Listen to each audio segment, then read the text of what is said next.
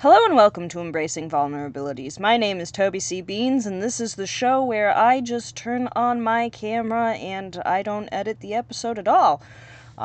One, because I'm lazy. Two, because that's the point of this show.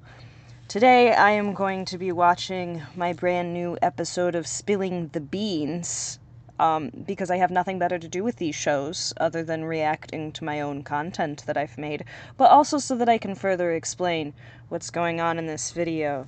So I am going to get started, and I feel like I should include like a little video down here, but I'm not editing the content, so what if I just... No, that's bad. You're just gonna have to watch it yourself. Or listen to it. Listening to it works too. You should be able to hear it. Anyways, I'm gonna watch this now. Hello and welcome. My name is Toby C. Beans, and I'm a student of psychology at Southern New Hampshire University. Last week, in one of my classes, we discussed a research study done by the Pew Research Center about social media and the costs and benefits of using it. The study found that social media can often do one of two things. It can help build strong social supports and provide education and community to those in need, or it can make us incredibly aware of the wrongdoings of others, which could lead to stress, anxiety, and depression.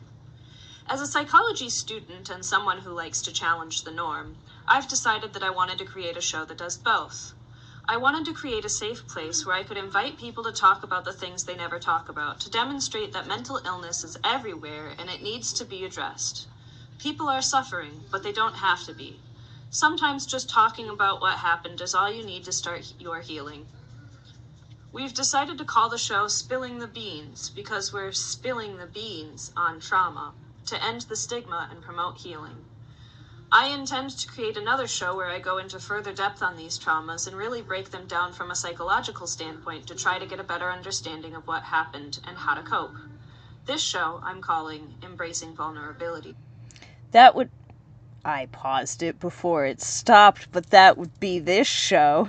And if you listen to this, I apologize for the dog in the background. He's a giant baby. He was, I want to say probably twice my size. And wanted to go outside while I was filming this. And all of this is written in front of me in like a script format. And I'm very awkward. So, maybe I might re-record this video or reread it at some point in time, but this was not the best experience ever. And I definitely greatly apologize for the sound of the dogs. But I hear that's just at the beginning, according to the guy who edited this. Thank you. Shout out to my editor. Before we get started, I'd like to give a bit of a disclaimer that we're talking about real-life people, and in doing so there are real-life consequences. For the safety of everyone involved, I'm going to be removing identifying information. That said, I know that the discussion of trauma can often trigger anger responses in people that might have been involved. If you are ever watching one of these videos, and you believe yourself to be the topic of discussion, I urge you to remember that there are real-world consequences for revealing yourself. For your safety, please do not identify yourself. Okay, so that I felt like was an important disclaimer because I unfortunately have lived with all of the people that I talk about in this circumstance, and sometimes they can be a little volatile. And I will not be held responsible for whatever the heck happens if I just so happen to blow up this story for whatever reason and they decide to be angry about it.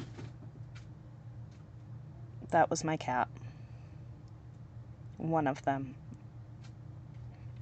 Anyways, I don't want to be held responsible if they decide to be angry about it and start disclosing information. That was not my intention with this series. I just wanted to talk about what happened because people hate me for it, and it is absolutely...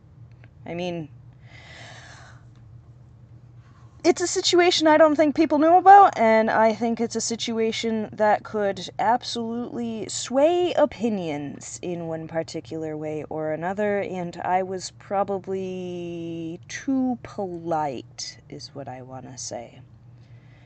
But,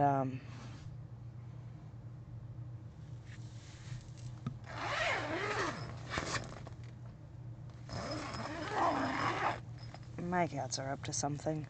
I apologize. That's probably how this is gonna be. Anyways, let's continue. Here with me today, as the first person to spill the beans, is myself, Toby C. Beans, who... This feels so egotistical because now I, Toby C. Beans the third, am reacting to Toby C. Beans the first and second, doing whatever it is Toby C. Beans do. is here today to read you the police report from when they were strangled 4 years ago this month.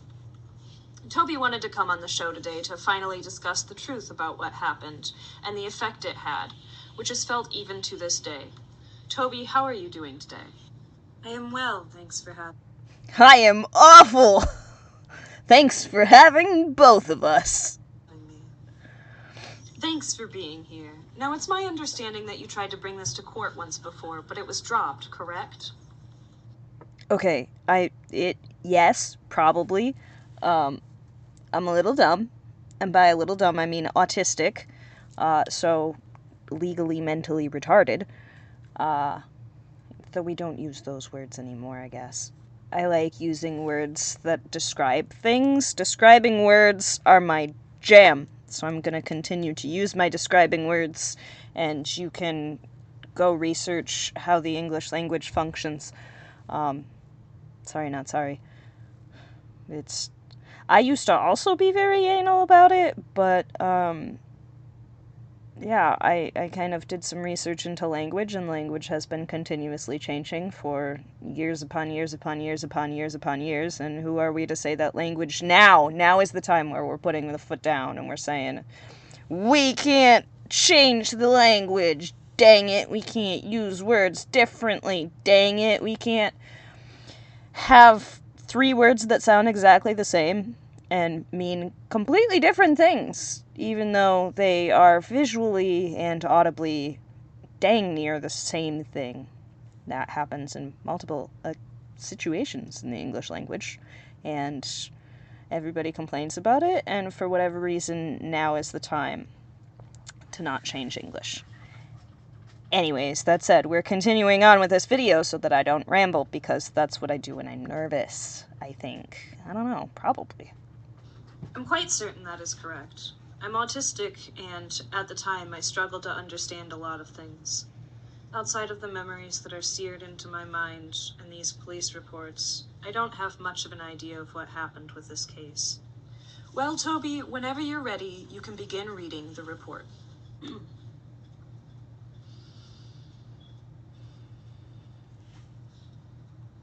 So I just want to include a fact here that I had to essentially throw myself into a panic attack in order to start reading this in the first place, because I could not handle it. I don't know how well I'm gonna be able to handle listening to it. Probably substantially better, considering this was last week and I had a really wacky major trauma since then. I wouldn't call it a major trauma, but it was a major trauma. I would call it a major trauma because I'm me, and that is the words that I used. So, let's push this button that I don't want to push, even though I'm 2 minutes and 54 seconds into this video and 8 minutes and 50 seconds into this one. So it's gonna be longer, which I expected, but it's because I'm rambling. Hold that thought.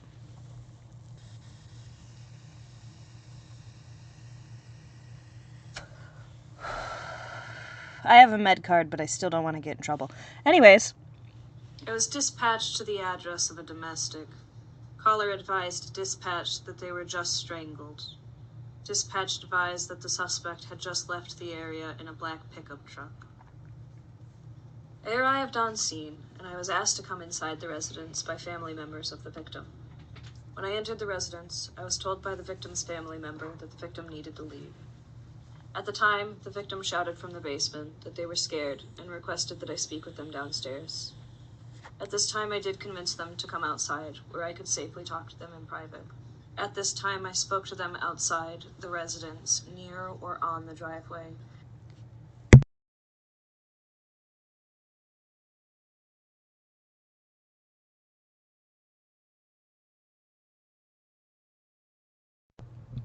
Sorry.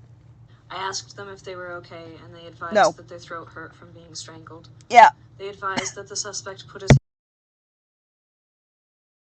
indicate strangulation and demonstrated that the suspect attempted to strangle them. I did not see any scratches, laceration. The suspect put his hand outside the resident, requested that I speak with them downstairs. At this time, Maybe I can't handle it, and that's okay. Maybe I need to take a second, and that's okay.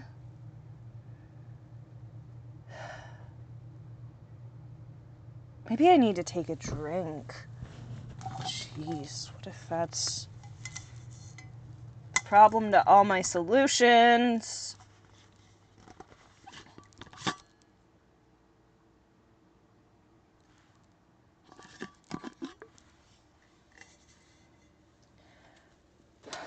Open this up, grab, I had a drink in here earlier. Ooh. I want to do this one.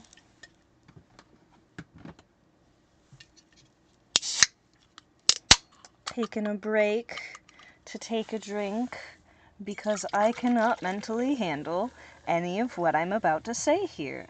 And this is why it's taken me so incredibly long to film this thing in the first place. Is because oh shit, I don't want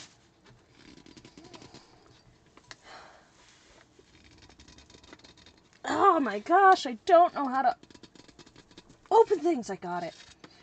Whew. Ooh, I hurt myself doing that.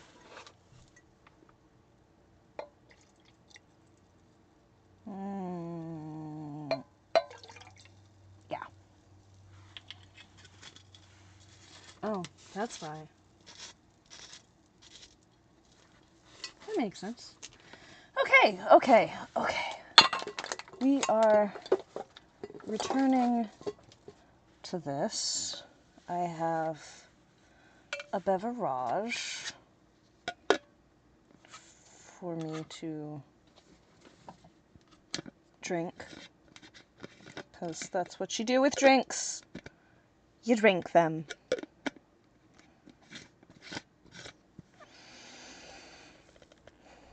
This is how I felt when I was filming the first one. This is the point of Embracing Vulnerabilities, for me to say, like, hey, this was really uncomfortable for me. Why? Because every time I confront it, I am reliving it, and I don't want to experience that again, and it's reasonable to not want to experience that again. It was pretty awful.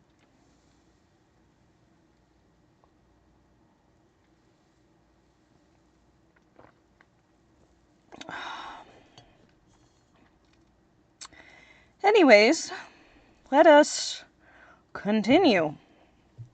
Or I guess in this case, start. I'm 3 minutes into this. I did convince them to come outside, where I could safely talk to them in private. At this time, I spoke to them outside the residence, near or on the driveway. I asked them if they were okay, and they advised that their throat hurt from being strangled. They advised that the suspect put his hands on their neck and strangled them. They motioned to indicate strangulation and demonstrated that the suspect attempted to strangle them. I did not see any scratches, laceration, marks, or any injury to the area they were strangled.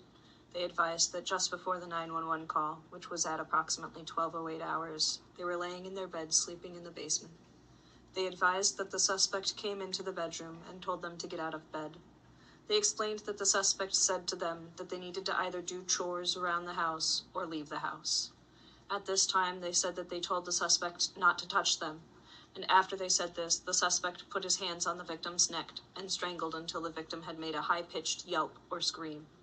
The victim advised that the suspect then left the bedroom. The victim advised that they were afraid due to domestic issues with the suspect in the past. Let's unpack this a bit. Set the scene. Let's not. I don't...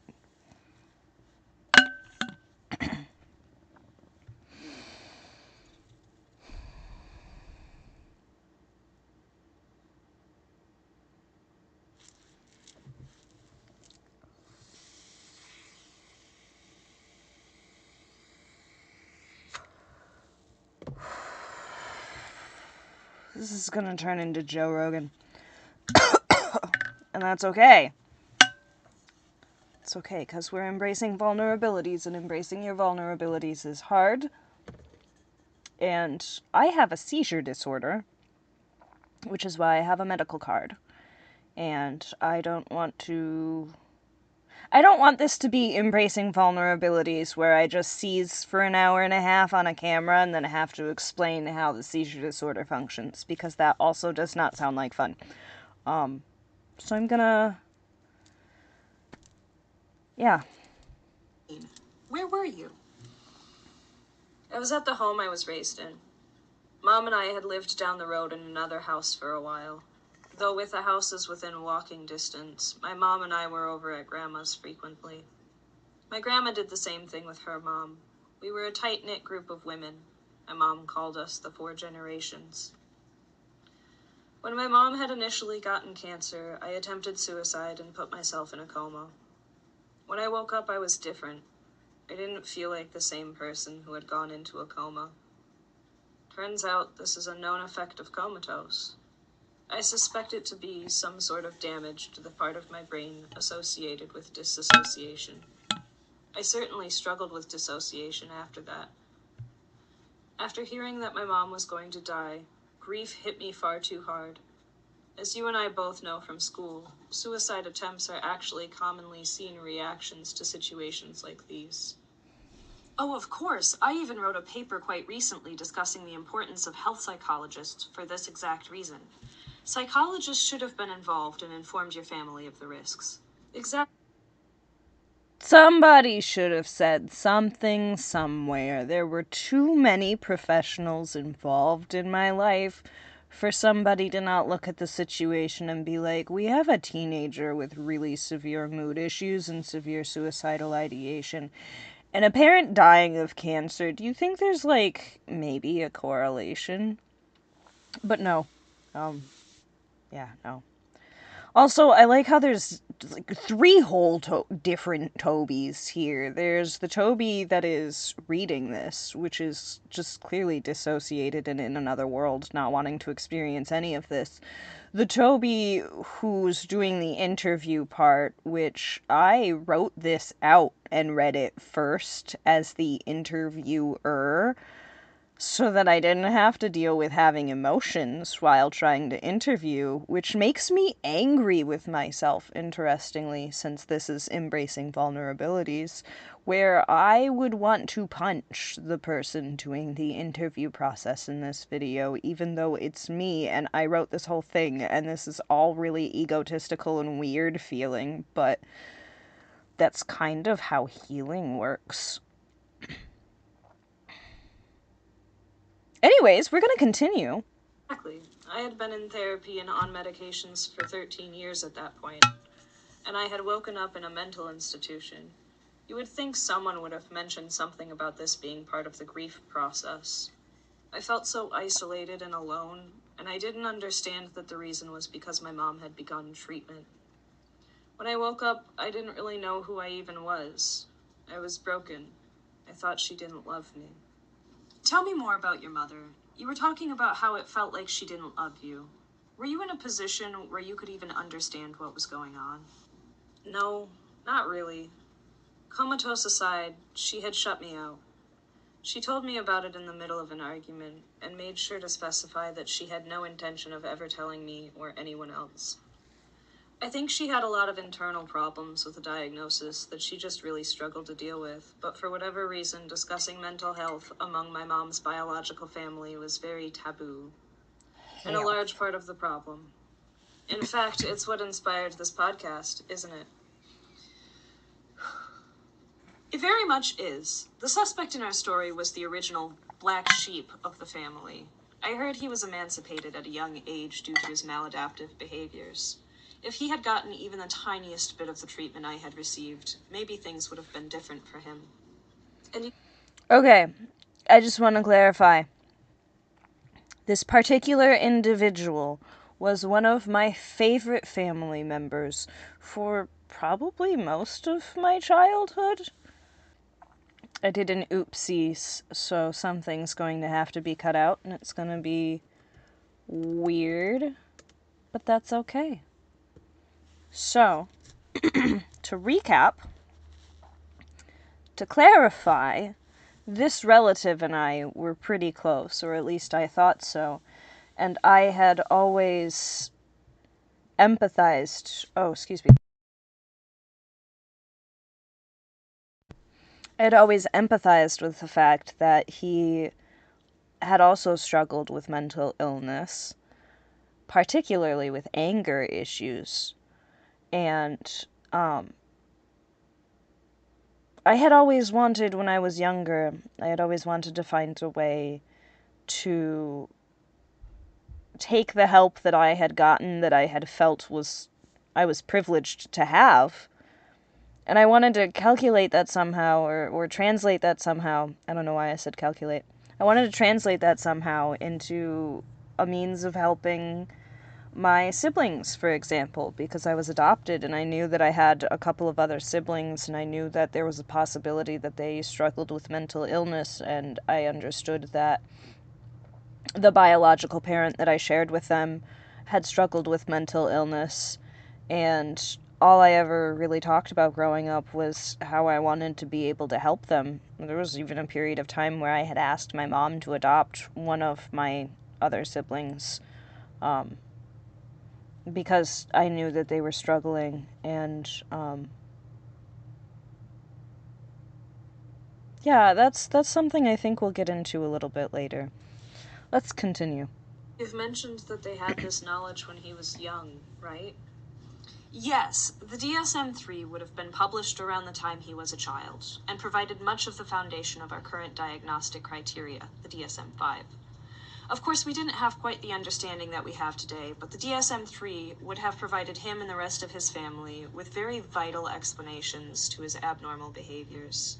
Well, I've had my suspicions over the years, but I like to cite two very big problems as being responsible.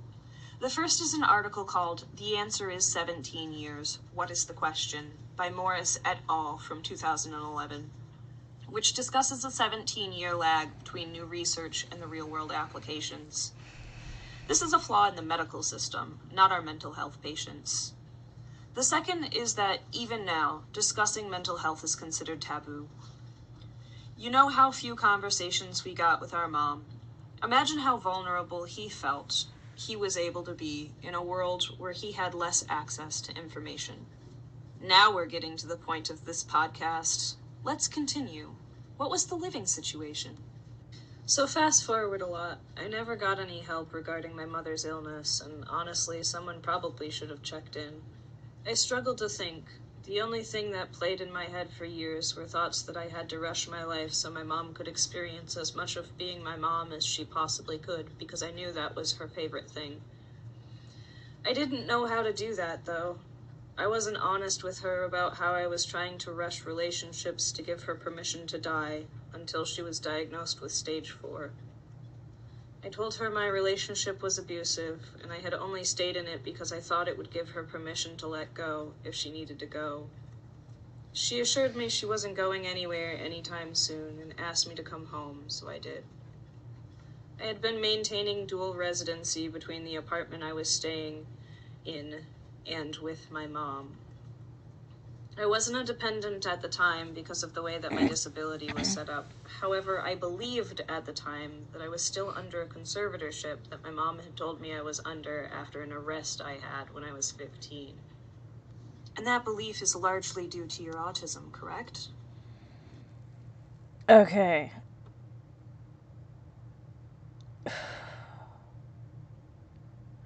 I'm trying to come to terms with the fact that my mom very likely would have had, I believe, an obsessive compulsive personality disorder. And that kind of makes the situation substantially different, and I'm considering whether or not this other family member involved has a personality disorder, since they're biologically related. And if that's true, that really changes the situation, because personality disorders are amongst some of the hardest to diagnose and treat. But also, personality disorders are amongst some of the most dangerous, especially around children, because when you are trying to, like, grow and raise a whole child, you're supposed to function as their prefrontal cortex for, like, 18 years. And if you're not doing that correctly, you screw up your kid, which is to say that you are most likely going to screw up your kid, so it's okay. But on the same hand, somebody with a personality disorder like that could do quite a substantial amount of damage. Yes. It's something I think my mom had told me afterwards as a way of trying to control my behavior. She never corrected it, so I never had any reason to believe that it was a lie. You found out after she died, correct? Yeah, probably a year after, actually. That must have been incredibly difficult. So you were trying to move back in with your mom. What happened? The suspect, actually. The year prior at Thanksgiving and Christmas, he and his direct relative were talking about the value of the house being over $500,000. Whoa, that's an awful lot of money. Yeah, nobody believed them. It seemed like a silly conversation and just another one of those things that he just said and we don't pay attention to. That happened sometimes. So it was socially accepted to just ignore the things that he said. Okay, I used to talk about this a lot with my mom, where I would say, like, we shouldn't just ignore the things that people in our family have to say. We should, like, validate them and talk to them and stuff like that so that they're not angry or upset or hurt. Nope. That was not the thing to do in our family. It was, I don't know. I don't know if it was, like, trying to, I don't know. I could have even just misunderstood things. Who knows? My mom's dead. So, can't really do a whole lot about that. Can't have conversations with her. Can't have conversations with anybody in my family. Why do you think I started a podcast? Nobody's here. Why do you think I live in a tent? This is my bedroom.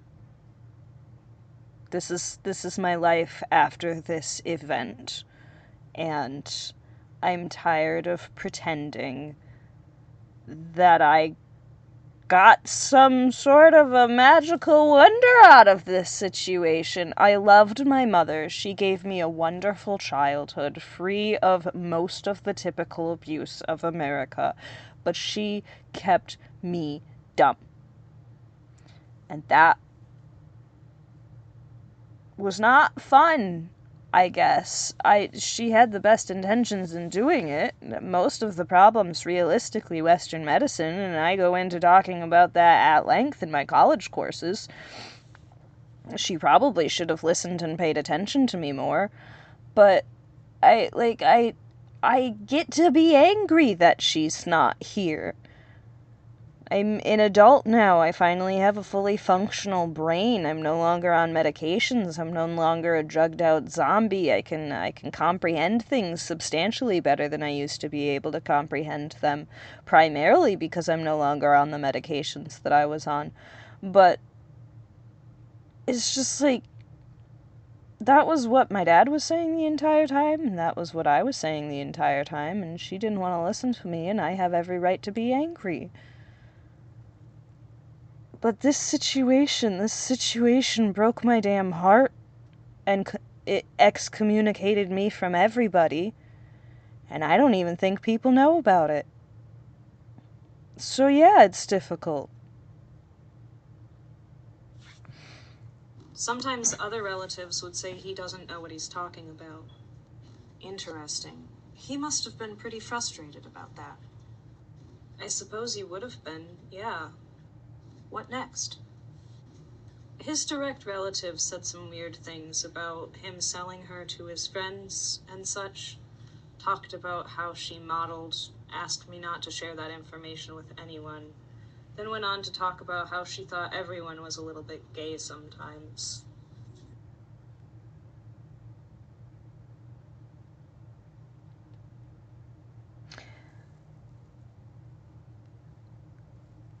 I was really curious to hear this, and felt probably the same way you do right now hearing that in the initial moment.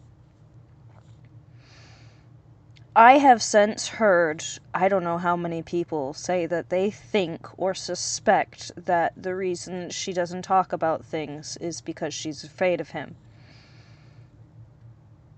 I'm not afraid of him. I might have been afraid of him in this moment, and I might have been terrified of him for the last 4 years of my life, but I can tell you one thing right now, I am not afraid of him today. I'm terrified of a lot of things. I have every reason to be afraid of him. But I think the point of being Toby C. Beans and doing this podcast is because I believe that when you have a person who is angry and hurting and lashing out and hurting other people, the best thing you can do is what my mom used to do, realistically, and just cross their arms and give them a big hug and tell them it's gonna be okay. And you just sit there. You make sure they're safe. And you make sure they don't hurt themselves. And when they finally wear themselves out, they calm down, you just comfort them. Which realistically got me through a lot. That's probably why I'm as functional as I am, because I am substantially more autistic than I look. But I felt like the rest of the people in my family who struggled with mental illness deserved the same empathy that I had received from my mother, which maybe they had just not gotten because the American healthcare system's crummy. Who knows? I don't want to sit and speculate forever. I want to tell this story so that I don't have to think about it like this anymore. So that I can finally have people understanding that it was never my choice, and I did love my mother, and I nervously unplugged my computer. It affected me. It hit me hard. I could not stand the loss of my mother. I have not felt like I've been a person ever since. I haven't been the same. I don't know that I ever will. Though I don't know that there's anything wrong with that necessarily. I do appreciate the person that I am today, but it's definitely been impossible. That seems a bit out of place. Do you think perhaps you misinterpreted this incident? Yes. Oh, I absolutely misinterpreted it. But I'm just recounting what was said. To this day, I'm not entirely sure why she said this to me.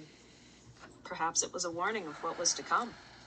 Oh, I never thought about it that way. Let's continue. What else was said? Well, they both told me that I needed to appreciate that year because it was going to be my last with both my mom and my grandma. That's pretty out of place, too. Do you think they might have known something? For a long time, I suspected that because the suspect was capable of attempting to take my life, maybe he could convince himself to try to take others as well. And now? I suspect it was just a realistic prediction based on the beginning of the COVID crisis. That's right. COVID was just starting back then, wasn't it? Let's get into the details of this. You said you were sleeping and he came in to ask you to do chores, and then you told him not to touch you. It seems like we're missing something here. I had returned to the house in February, shortly after the diagnosis. We were still working on things, but my needs weren't able to be met yet. We were still working on diagnostics, and I don't think she understood everything that was going on with me because she had so much going on herself. She wanted me home, though. That was always the theme. She wanted to be a mother. It was all she ever truly wanted. I was doing everything I could, but the suspect had basically decided to move into the house, and he had become aggressive, which prompted me to file a separate police report before this one. Oh, so this wasn't the first report you made. Or the last. Interestingly, aggression is another common symptom of grief. It's the anger stage. Do you think maybe he was afraid of these large familial losses? Oh, absolutely. And I had said some things to him that perhaps weren't the greatest. I accused him of being the reason that another family member had killed himself. And I'm sorry for that. I never should have said that. Out of anger? Yes, I was struggling to communicate that while my mom and grandma were viewed as vulnerable to this virus and ill enough to possibly pass that year, I was in the same exact boat. My therapists were telling me I needed to stand up for myself. I was finally getting better and standing my ground. I lived in that house for 15 years. It was built around the time I was born by my grandfather. I had just as much right to be there as him. And what happened? I was advised by police to find a safe place to stay and see if he leaves. And then what? He didn't. Let's continue with the reading. The victim advised that they had only been staying at the address for the last several days. They advised that they have a residence in another county. Victim did fill out a written statement. I did take photos of the area where the victim advised that they were strangled on their throat. The victim advised that... To clarify, I had taken up residence. I'm pretty sure I said this earlier, but it's been 37 minutes at this point. I had gone to stay with somebody else that I had hardly known because I didn't have anywhere else to go. And when I was assaulted and filed the first police report, they had advised me to leave. So I did, and they waited for me to leave. They told me to wait for him to leave, and he did not. So I was calling my mom, and I was like, I need to come back because you're getting sick, and we got to figure out what's going on. She was calling, asking me to come back, and then this. They bruise weird, and marks or bruises will probably show up in several days. Yeah, fun fact, that's just normal bruising. Also, strangulation typically does not leave bruises, so the only way to, actually get that into court is if they leave other marks, which he, I'm guessing and hoping, just changed his mind. I was recently reading an article from the Texas District and County Attorneys Association from 2011, titled, "The Police Report Says He Choked Her. How Do I Prove It?" by Shelley Wilbanks, Assistant Criminal District Attorney in Wichita County.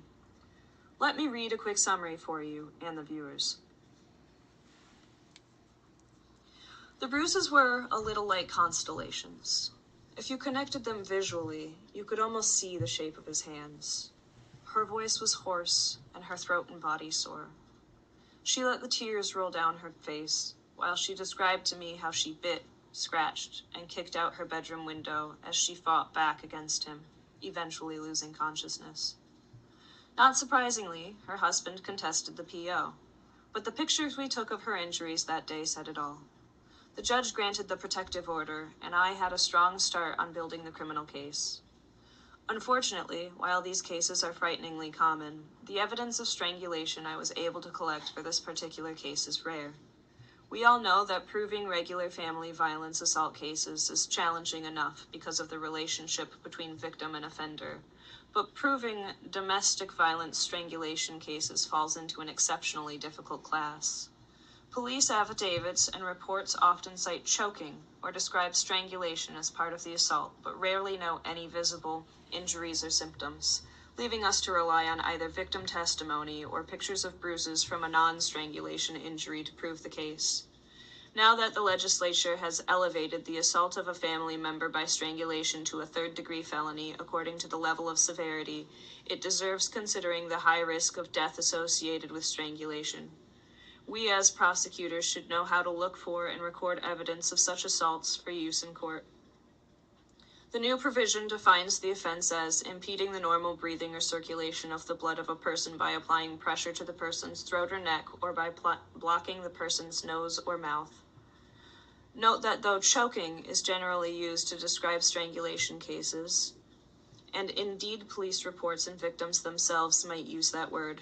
Most of these assaults are more accurately defined as strangulation cases, because while true choking happens when something becomes lodged in a person's throat, blocking the airflow, strangulation is clinically defined as the lack of oxygen characterized by closure of the blood vessels and/or air passages of the neck as a result of external pressure on the neck. So now that we have the new provision, how can we successfully prosecute these cases? So what you're saying is it's common to have no evidence in cases of strangulation? Exactly. They typically go off of other evidence. Continue reading. I did not observe injuries on the victim. When I first spoke with the victim, they advised that they had a scratchy throat and they were speaking in a soft voice. The more time I spent with the victim, I observed them speak in a normal voice, to the point they were laughing on the phone when they called their friend to pick them up. I'd just like to make one very good point to you and the viewers here.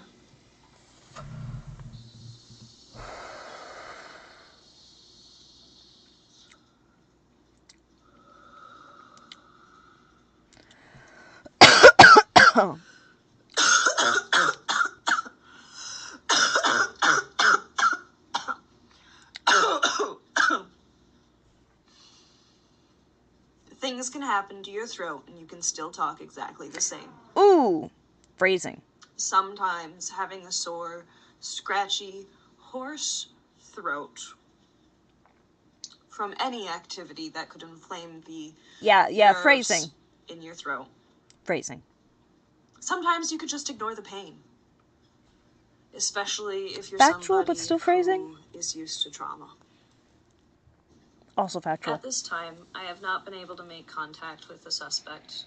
I was advised that the suspect did have an appointment that he needed to attend during this time period. I will have an interview. I was told by family while on scene that the victim has mental health and suicidal tendencies. I did ask the victim if they were suicidal, and they advised that they are not suicidal, nor did they want to hurt themselves. I asked No, but because of this, for the next at least 2 to 3 years, I was insanely suicidal. the victim if they would like to speak with a trained professional at a hospital for an evaluation, and they advised that they did not want to go. I would have, but considering my next of kin would have been this particular family member because of all of the things that had gone down, I did not want to risk going to a local hospital and having them just try to come in and, finish the job. I kind of really wanted to, that was the only moment in that time period's recent history. I'm not suicidal anymore, but back then it was the first time in my entire life where I really wanted to live. So I was like, no, I don't want to go to the hospital. I want to live. They were like, that's weird. What do you mean? You want to live? Go to the hospital if you got strangled. And like, no, you don't understand. This person will come follow me, and I do not want that. And I wrote that, but I don't actually know that there's documentation of this done correctly.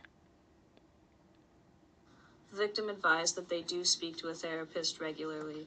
The victim also advised that their family is saying that they are suicidal to discredit their statement.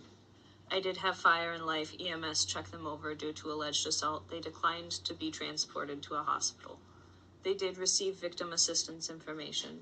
The victim did get picked up by a friend to be taken back to another county. That friend was my childhood best friend's dad. He was probably genuinely the closest thing to a father that I was able to have as a child, and I will never be able to repay him for picking me up this day. He likely saved my life. Shout out to him, because I have a feeling he's gonna end up watching these, and I know he knows who he is, and he doesn't have to say anything in the comments. I think a lot of things I've done since then have been with him in mind as well, thinking like, well, I could... I don't know. He's always wanted a boat. If I end up becoming a doctor and I get a PhD, I would buy him a boat.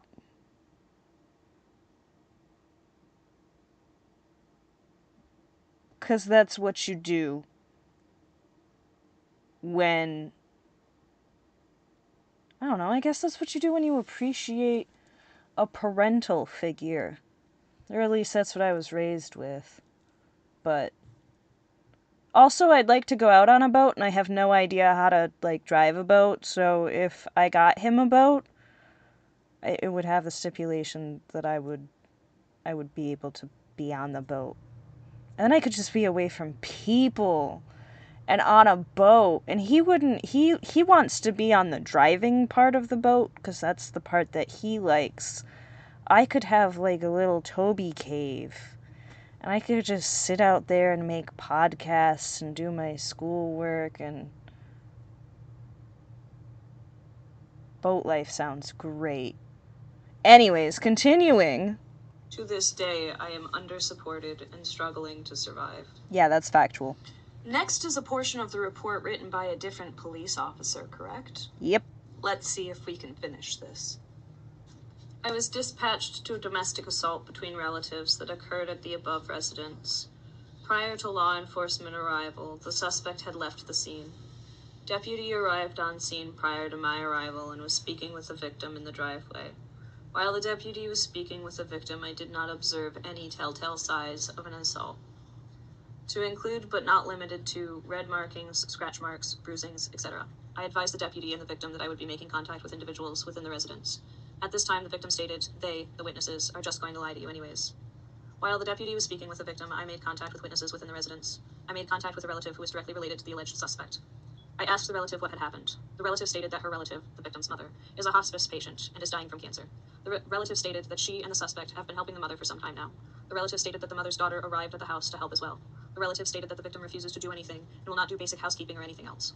The relative stated that the suspect told the victim to do some basic chores and the victim went crazy. The relative stated that she did not observe any assault, but the victim was verbally argumentative. The relative stated that the suspect did yell at the victim to help with work. The relative stated that the suspect had an already planned meeting with an attorney regarding the mother's estate at 1300 hours, so the suspect left the residence. What sorts of chores were they asking you to do that you could have had a reaction interpreted as crazy? First of all, I would like to remind everyone that I was asleep when approached. I slept really deep back then and I was known for being difficult to wake up. He woke me up screaming that I needed to help take care of my mom. That's what they said you were there for, right? It is what they said, but I lived there. My mail still went there. My mom and I had spoken about how I didn't need to worry about this family member. She kept assuring me that I was just working myself up and he wasn't going to hurt me. She used to tell me stories of him smothering her. I wasn't sure how she drew that conclusion, but I trusted her. He did, in fact, hurt me. After screaming that I needed to help care for her, things like lifting her, which I could not physically do, nor could they. He began touching my feet, trying to get me moving. I told him verbatim, do not touch.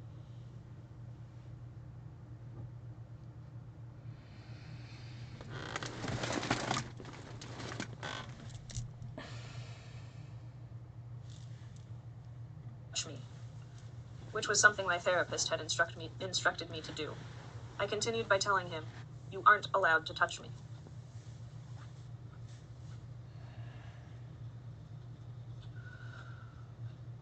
That's when he did it.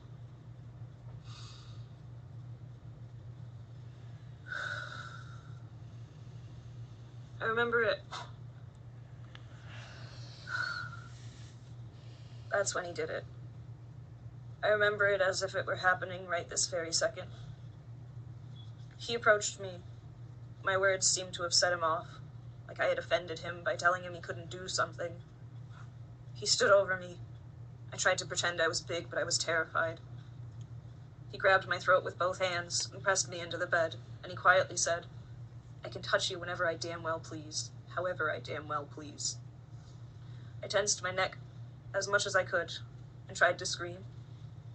I had a medical band on at the time that I have the data to show where my oxygen had been cut off, and it can demonstrate that I was in a period of rest before my oxygen was cut off. I immediately called the police to report it and informed the suspect that I had called, and no one could leave. The suspect and his direct relative were attempting to convince me to leave. I told them that dispatch instructed that I stay where I was until the police arrived. So he knew when he left that you had called the police? Yes, I had called them before he had left. I then stood upstairs for a bit with his direct relative as I tried to explain to them that he had strangled me. They told me they had no idea why I would say such a thing. I was confused. This was not out of character for this particular person, who was known for his anger. The mother is a cancer patient in hospice care. She stated that the victim had arrived at the house a day or so prior and that they refused to help with anything to include basic chores. The mother stated that the suspect told the victim to help out with basic chores and that the victim began screaming at the suspect. The mother stated that the suspect did yell at the victim to stop acting this way. The mother stated that the victim has some mental issues and that she is leaving the estate in a manner so the victim is set for life due to the victim's issues. The mother again stated that there was no assault and did not know why the victim would say there was an assault. The mother stated that the suspect had a previously scheduled appointment with the attorneys reference to her estate at 1300 hours. The mother stated that the suspect left the house after the victim's inappropriate behavior for the meeting. The victim was outside with the deputy when I exited the residence. The victim was speaking and did not sound raspy at the time. The victim requested the medical check them for a raspy voice.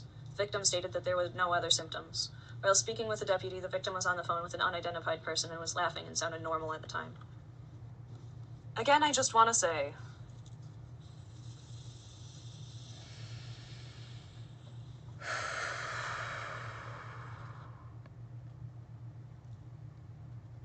This is more difficult than I expected.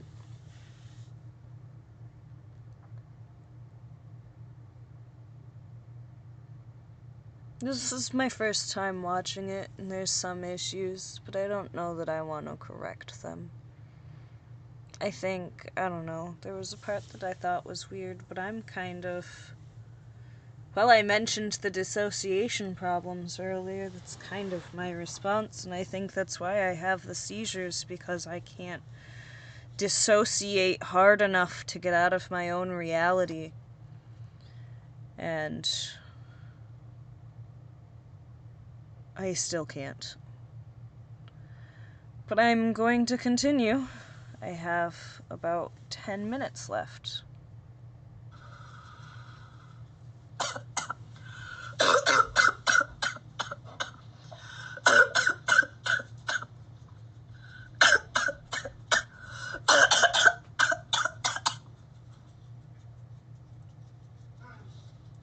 you can have an inflamed throat from something that causes inflammation in your throat.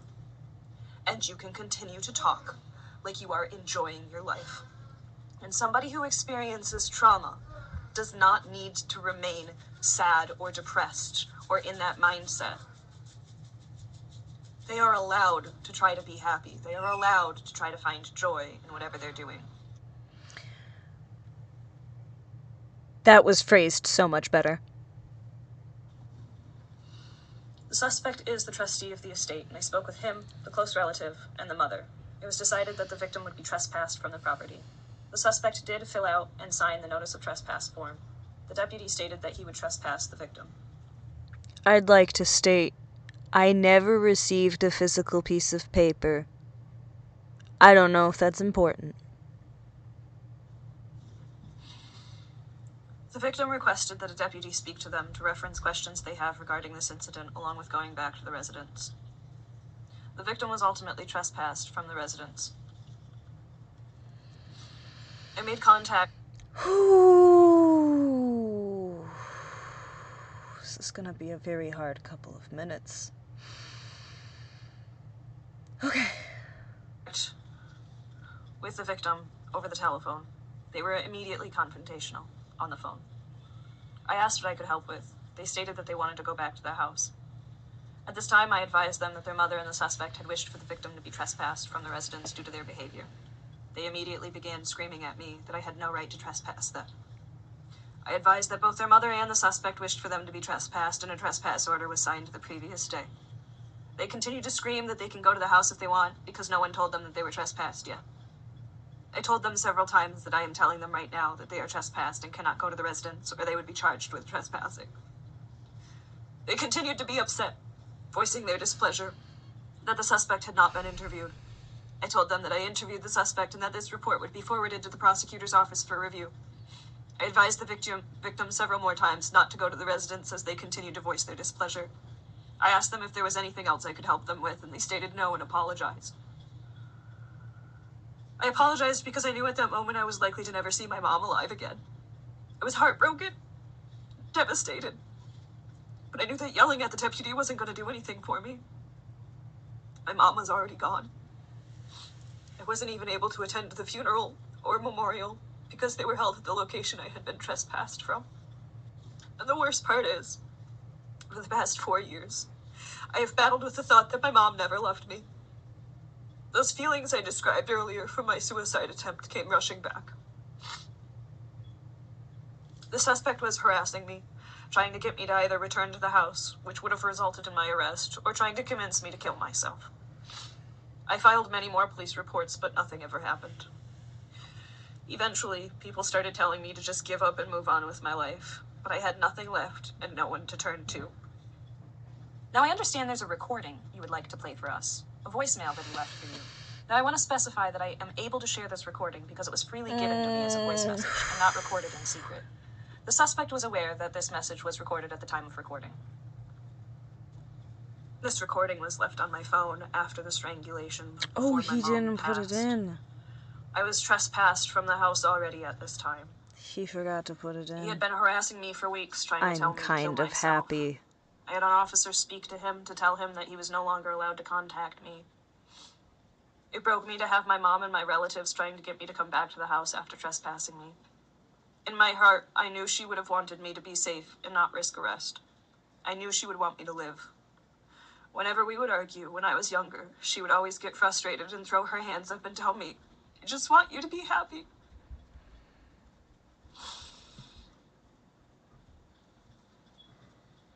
I lost all of my belongings, most of my clothes, and my things. My family, my home, my health. And the things that I was permitted to have, that another relative had brought to me, included my mother's picture books, with every picture of her removed. The only part of her I had left. I was talking about this with someone else earlier, and she liked to do scrapbooking. The reasoning was so that I would have something left of her when she was gone. And the suspect having removed all of those images, or whoever having removed all of those images, I guess I shouldn't assume. I have nothing left other than the person that I am today. And I don't know if that's enough.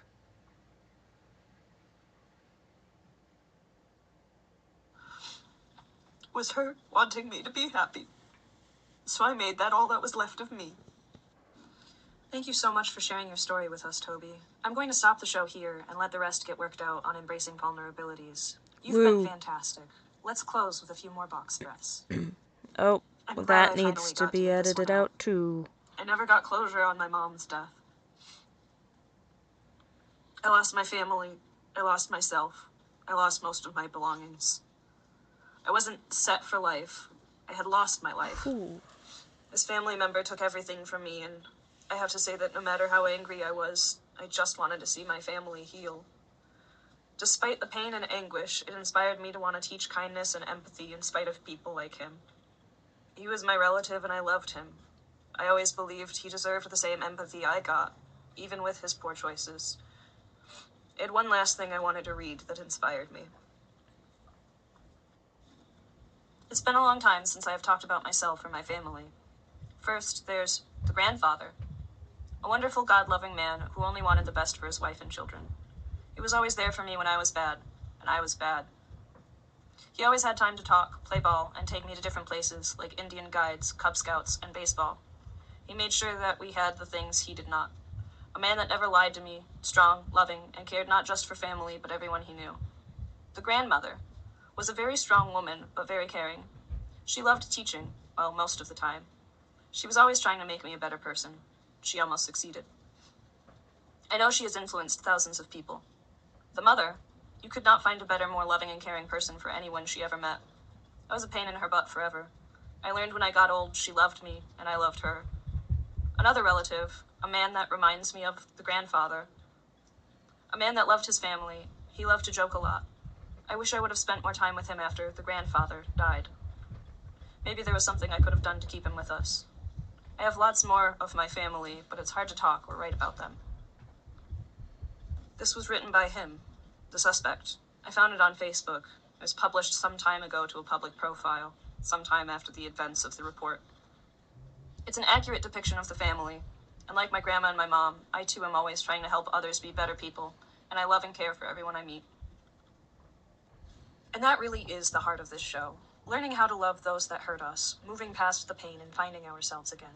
Telling those people that you see them, you see their pain, and while what they did wasn't okay, you don't want to hurt them further. You just want to see them be happy. Everything we have left of our mother, bettering the world. Help. And that's it. And that's an hour-long episode of Embracing Vulnerabilities. And I don't know if you can hear the dogs running around upstairs, but I think that's a good place to call it quits. And perhaps what I will do is include the recording of the voicemail in another episode, because that might genuinely trigger a seizure, and I don't want to do that. So, this is Toby C. Beans with Embracing Vulnerabilities, signing off my very first episode. Thank you for joining.